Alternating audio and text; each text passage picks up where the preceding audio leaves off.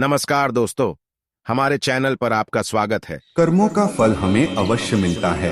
जैसे भी कर्म किए होंगे वैसा ही फल भी मिलेगा। आधुनिक होने के चक्कर में इस सत्य को मत भूल जाना। मित्रों, हम अपने मानव जीवन में जैसे कर्म करते हैं उनका वैसा ही फल हमको इस जीवन में भोगना पड़ता है। लेकिन हम इस बात को समय से समझ नहीं पाते। जब तक हमें इस बात का बोध होता है कि हमने जो भी कर्म किए हैं उनका परिणाम क्या होगा, तब तक समय बहुत अधिक बीत चुका होता है। आइए आज हम जानते हैं कि यह कर्म कितनी प्रकार के होते हैं। हमारे भारत में कई महापुरुषों ने कर्म के विषय में कई शोध किए हैं। हमारे पुरातन धर्म शास्त्रों में भी कर्म फल का बड़ा ही विस्तृत वर्णन किया गया है। उनके अध्ययन के अनुसार यह कर्म 3 प्रकार के होते हैं। पहला है क्रियमाण कर्म। मानव जीवन में नित्य प्रति जो कर्म सुबह उठने से लेकर दिन भर कुछ भी क्रियाकलाप या कर्म किए जाते हैं उन्हें क्रियमाण कर्म कहा जाता है। क्योंकि इन कर्मों के करने से मानव जीवन गतिमान रहता है।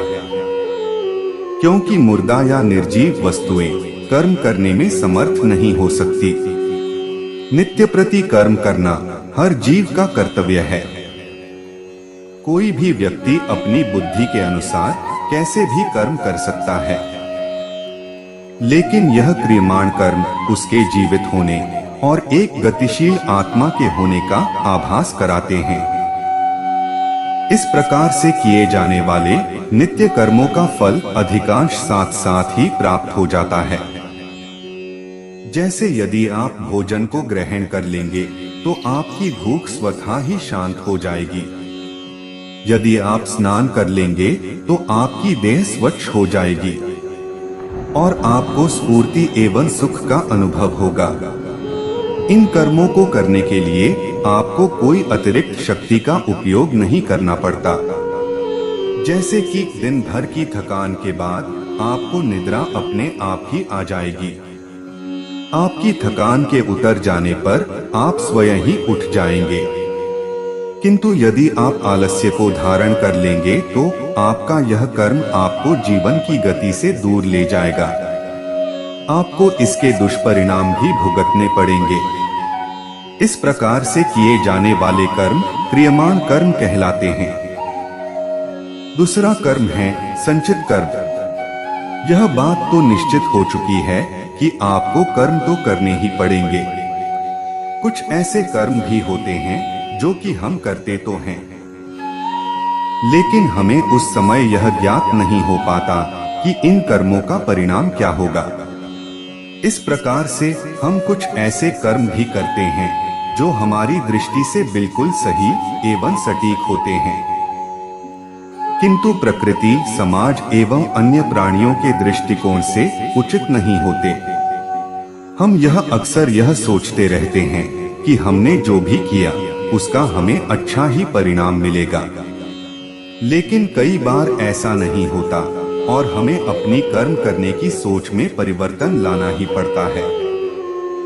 इस प्रकार से कर्म करते हुए कुछ ऐसे कर्म भी होते हैं जो कि हमारे चित्त की अंतर्दशा में जाकर एकत्र हो जाते हैं।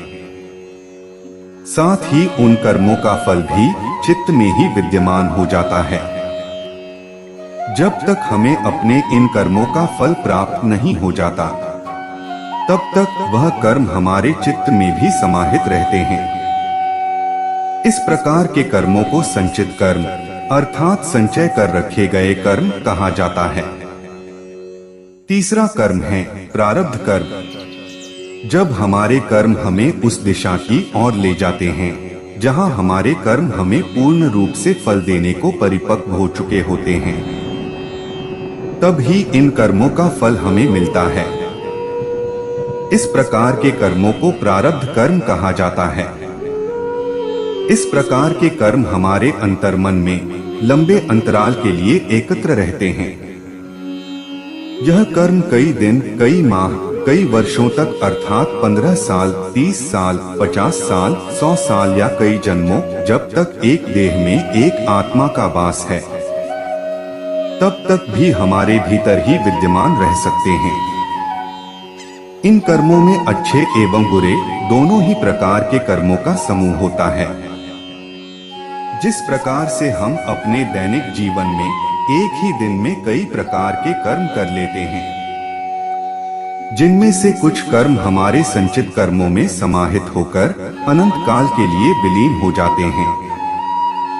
इस प्रकार से किए गए कर्मों का एक बड़ा भाग लाखों की संख्या में संचित कर्मों के एक विशाल समूह का रूप धारण कर लेता है।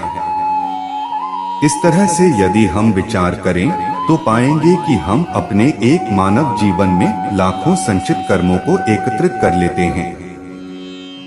यदि हम अपने पूर्व जन्म के कर्मों को भी इनमें सम्मिलित कर लें तो हमें ज्ञात होगा कि ऐसे बहुत सारे अनगिनत कर्म अभी बाकी हैं, जिनको भोगना अभी शेष है, ताकि उनका कर्म फल हमें प्राप्त हो सके।